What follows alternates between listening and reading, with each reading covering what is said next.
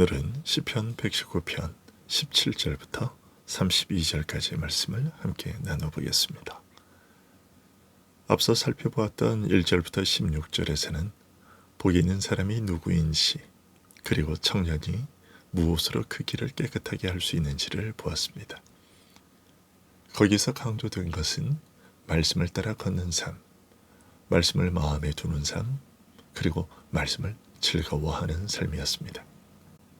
오늘은 시편 119편의 세 번째, 네 번째 단락인 17절부터 32절까지를 함께 살펴보려고 합니다.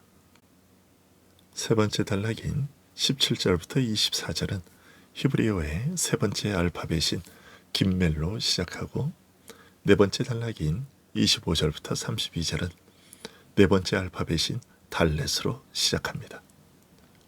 오늘 본문에 오면 앞선 두 단락에 비해 분위기가 조금 더 깊어지고 절박해집니다. 앞부분이 말씀의 길이 무엇인지를 비교적 밝게 보여주었다면, 오늘 본문은 그 말씀의 길을 실제로 걸어가는 성도가 어떤 싸움 속에 있는지를 보여줍니다.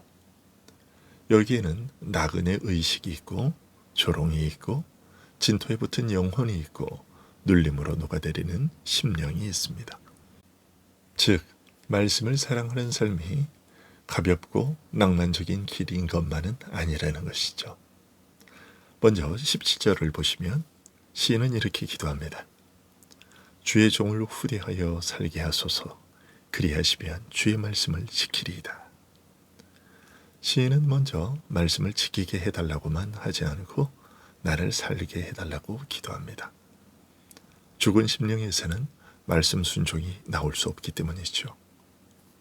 하나님께서 은혜를 베푸시고 살려주셔야 말씀을 지킬 수 있기 때문입니다. 순종은 은혜를 얻기 위한 조건이 아니라 은혜로 살아난 자의 열매이죠. 이 점을 잊으면 우리는 금방 율법주의로 떨어집니다. 사람들이 일반적으로 생각하는 순서와 다릅니다.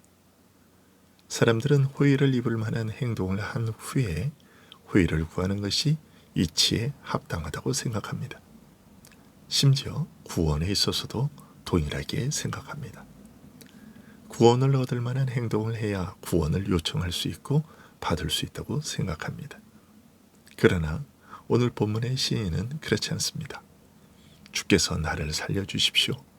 그러면 제가 말씀을 지키겠습니다. 은혜가 먼저이고 순종은 그 다음입니다. 이것이 성경이 알려주는 하나님의 방식입니다. 그 이유는 아무도 자랑하지 못하게 하려 함이죠. 오직 하나님의 은혜가 높임을 받도록 하기 위함입니다. 믿음을 선물로 받기 전까지는 이 구조를 받아들이지 못합니다. 이어서 시인은 18절에서 이렇게 기도합니다. 내 눈을 열어서 주의 율법에서 놀라운 것을 보게 하소서. 말씀이 이미 기록되어 있는데 왜 눈을 열어달라고 하는 걸까요? 말씀이 눈앞에 있어도 눈이 닫혀 있으면 그 기이함을 보지 못하기 때문입니다. 성경은 그냥 읽는다고 다 보이는 책이 아니죠. 말씀의 참뜻, 그 깊이, 그리고 그 아름다움과 그리스도에게까지 이어지는 그 놀라운 영광은 하나님이 열어주신 눈으로만 볼 수 있습니다. 그러므로 성경을 읽는 일은 단순한 독서가 아닙니다. 기도와 함께 읽어야만 합니다. 주님, 내 눈을 열어주십시오. 이 기도가 늘 함께 가야 합니다. 19절에서 시인은 또 중요한 자기 이해를 드러냅니다. 나는 땅에서 나그네가 되었사오니 주의 계명들을 내게 숨기지 마소서. 시인은 자기를 나그네라고 합니다. 이 땅에 뿌리 내리고 여기서 영원히 살 사람으로 여기지 않는 것이죠. 그런 나그네에게 가장 필요한 것이 무엇입니까?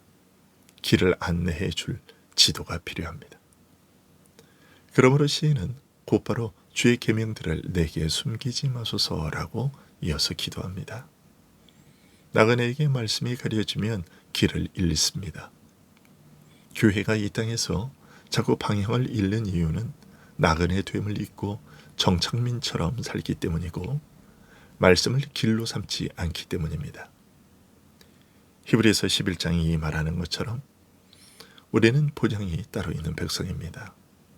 그러므로 말씀 없이는 살 수 없는 사람들입니다. 20절은 시인의 내면을 더 깊이 보여줍니다. 주의 규례들을 항상 사모함으로 내 마음이 상하나이다. 시인은 말씀을 사모함으로 마음이 상한다고 말합니다. 말씀이 없으면 견딜 수 없고 말씀을 더 알고 싶고 더 붙들고 싶어서 속사람이 끼어질 만큼 갈망한다는 것입니다. 우리에게는 과연 이런 사모함이 있습니까? 성경은 형식적으로 읽는 것이 아니라 배고픈 자가 떡을 찾듯 목마른 자가 물을 찾듯 사모해야 합니다. 생명이기 때문입니다. 그런데 21절부터는 현실의 싸움이 등장합니다. 교만하여 저주를 받으며 주의 계명들에서 떠나는 자들을 주께서 꾸짖으셨나이다. 내가 주의 교훈을 지켰사오니 비방과 멸시를 내게서 떠나게 하소서. 고관들도 앉아서 나를 비방하였사오나 주의 종은 주의 율례들을 작은 소리로 읊주렸나이다. 교만한 자들이 시인을 꾸짖고 방백들이 앉아서 그를 비방합니다. 즉 말씀의 길을 가는 사람들에게는 외적 압박이 있다는 것이죠. 세상이 늘 말씀의 사람을 칭찬하는 것이 아닙니다. 오히려 교만한 자들이 싫어하고 권세 있는 자들이 조롱할 수 있습니다. 그런데 이런 상황 속에서도 시인은 주의 종은 주의 율례를 작은 소리로 읊조릴 것이니이다 라고 말합니다. 세상이 떠들수록 그는 말씀 속으로 더 깊이 들어갑니다. 사람들의 비방이 들릴수록 하나님의 말씀을 더 낮게, 더 깊게 중얼거립니다. 그리고 24절은 말합니다. 주의 증거들은 나의 즐거움이요 나의 충고자니이다. 사람들의 말이 아니라 말씀이 내 인생의 조언자라는 것입니다. 세상의 눈치가 아니라 하나님의 증거가 내 판단의 기준이라는 것이죠. 말씀은 위로를 넘어 나의 모사입니다. 무엇이 옳은지, 어느 길로 가야 하는지, 어떻게 살아야 하는지를 가르치는 참 조언자이죠. 이제 네 번째 단락인 25절로 오면 본문은 더 절박해집니다. 내 영혼이 진토에 붙어 싸우니 주의 말씀대로 나를 살아나게 하소서. 내 영혼이 진토에 붙었다는 것은 더 이상 스스로 일어설 힘이 없는 상태를 뜻하죠. 그런데 시인이 거기서 구하는 것은 주의 말씀대로 나를 살아나게 하소서입니다. 진토에 붙은 영혼을 다시 살리는 것은 사람의 격려나 세상의 위로가 아닌 오직 말씀이라는 것입니다. 오직 하나님의 말씀만이 죽어가는 심령을 다시 살립니다. 26절과 27절에서 시인은 자기 행위를 다 아뢰었다고 합니다. 내가 나의 행위를 아뢰매 주께서 내게 응답하셨사오니 주의 율례들을 내게 가르치소서. 나에게 주의 법도들의 길을 깨닫게 하여 주소서. 그리하시면 내가 주의 기이한 일들을 작은 소리로 읊조리리이다. 자기 삶과 상태와 형편을 하나님께 숨김없이 다 토로했으며 하나님께서 응답하셨다고 고백합니다. 그런데 응답받은 뒤 시인이 다시 구하는 것은 주의 법도의 길을 내게 깨닫게 하소서였습니다. 응답받은 성도는 더 깊이 말씀을 알고 싶어 합니다. 하나님께서 내 삶에서 하시는 일이 무엇인지, 그 뜻이 무엇인지 알고 싶어 합니다. 그리고 그렇게 깨닫게 되면 하나님의 기이한 일들을 묵상하게 됩니다. 말씀을 깊이 깨달을수록 더 묵상하고 교만해지기보다 경탄하게 됩니다. 28절에서 시인은 더 낮은 자리로 내려갑니다. 나의 영혼이 눌림으로 말미암아 녹사오니 주의 말씀대로 나를 세우소서. 25절이 진토에 붙은 영혼이었다면 28절은 슬픔과 눌림으로 녹아내리는 영혼입니다. 속사람이 힘을 잃고 풀어져 버리는 것입니다. 우리도 기도할 힘이 없고 마음이 무너지고 안에서부터 녹아내리는 것 같은 때가 있습니다. 그럼에도 시인은 여전히 지금까지 걸어왔던 그 방향으로 나아갑니다. 주의 말씀대로 나를 세우소서. 살려달라는 기도가 이제 세워달라는 기도로 이어집니다. 말씀은 사람을 살릴 뿐 아니라 쓰러진 자를 다시 일으킵니다. 그러므로 눌림 속에 있는 성도에게 가장 필요한 것은 더 많은 인간적 처방이 아니라 하나님의 말씀으로 다시 세워지는 것입니다. 29절과 30절은 두 길을 대조합니다. 거짓 행위를 내게서 떠나게 하시고 주의 법을 내게 은혜로이 베푸소서. 내가 성실한 길을 택하고 주의 규례들을 내 앞에 두었나이다. 거짓의 길과 성실의 길입니다. 죄는 언제나 거짓의 길입니다.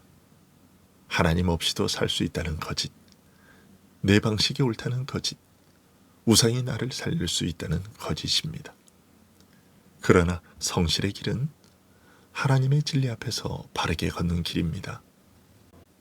여기서 시인은 택하였다고 말합니다.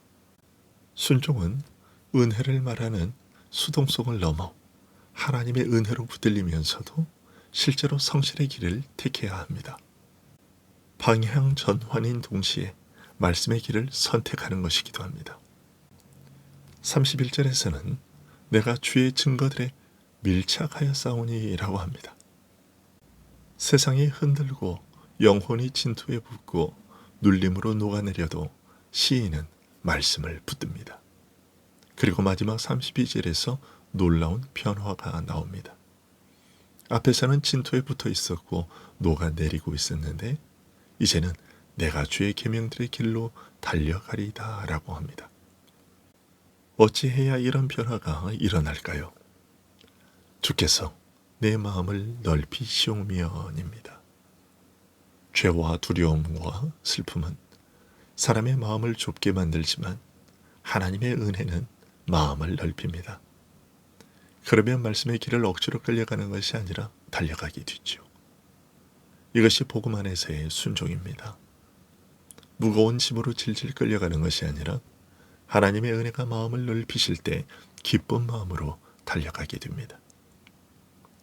오늘 본문은 우리에게 정말 나그네로 살고 있는지, 말씀 없이는 길을 잃는 사람이라는 사실을 알고 있는지, 말씀에 기이한 것을 보기를 구하는지, 성경을 너무 익숙한 척으로만 대하고 있지는 않은지, 진토에 붙은 영혼처럼 꺾인 자리에서도 말씀으로 살아나기를 구하는지, 눌림으로 녹아내릴 때 말씀으로 다시 세워지기를 구하는지를 묻고 있습니다. 그리고 우리를 그리스도께로 이끕니다. 완전한 나그네로 이 땅에 오신 분은 예수 그리스도십니다. 말씀을 완전하게 순종하신 분도 그리스도십니다. 진토의 자리, 죽음의 자리까지 내려가신 분도 그리스도십니다. 그러나 하나님은 그를 다시 살리셨습니다. 그러므로 주의 말씀대로 나를 살아나게 하소서라는 기도는 그리스도의 죽음과 부활 안에서 가장 충만하게 응답되었습니다. 또 그리스도 안에서만 우리의 마음이 넓어지고 주의 계명의 길로 달려갈 수 있습니다. 율법 자체는 우리를 정죄할 수 있지만 그리스도의 은혜는 우리를 살리고 세우며 달리게 합니다. 그러므로 시편 119편은 우리를 율법주의로 몰아가는 말씀이 아니라 그리스도 안에서 말씀의 길을 걷게 하시는 하나님의 은혜를 배우게 하는 말씀입니다. 말씀은 무거운 짐이 아니라 생명의 길입니다. 그러나 그 길은 하나님의 눈 열어주심, 하나님의 살리심, 하나님의 세우심, 하나님의 마음 넓히심 없이는 갈 수 없는 길입니다. 여러분, 이번 한 주간도 이 말씀을 붙드십시오. 이 말씀이 우리의 기도가 되고 우리의 신앙 고백이 되고 우리의 삶의 방향이 되었으면 좋겠습니다. 그리고 말씀을 완전히 이루신 예수 그리스도를 바라보십시오. 그리스도 안에서 눈이 열리고 그리스도 안에서 살아나고 그리스도 안에서 세워지고 그리스도 안에서 말씀의 길로 달려가게 됩니다. 그 은혜 안에서 말씀을 사랑하고 말씀을 붙들고 말씀의 길을 끝까지 달려가는 복된 성도들이 되기를 우리 주님 예수 그리스도의 이름으로 축원합니다. 기도하겠습니다.